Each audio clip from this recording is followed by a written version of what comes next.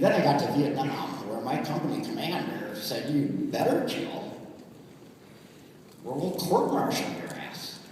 And it wasn't just my company commander, it was America as a whole saying that. What's the truth? Who's right and who's wrong? Can they both be true?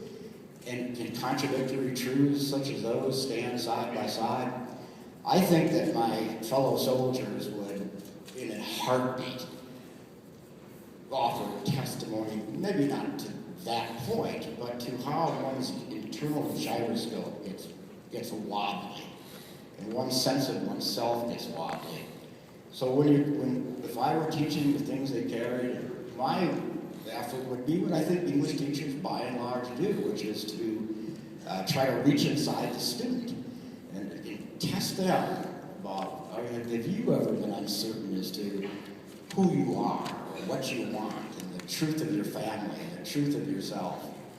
One of the upside down moments for me in Vietnam happened at the bottom of an irrigation ditch in Quang Ngai province, where it was lying in slime and algae and just filth, and guys dying all around me.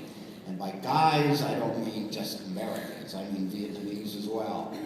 People screaming, "Dear Jesus, dear Jesus." And those, I don't know, that wouldn't last 10 minutes, 5 minutes.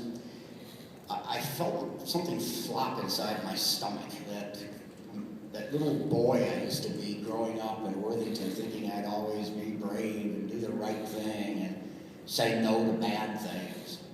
It was dead. That person, that romantic ideal I had of myself had been forever transformed. And that's an example of what I would be pushing students to think about.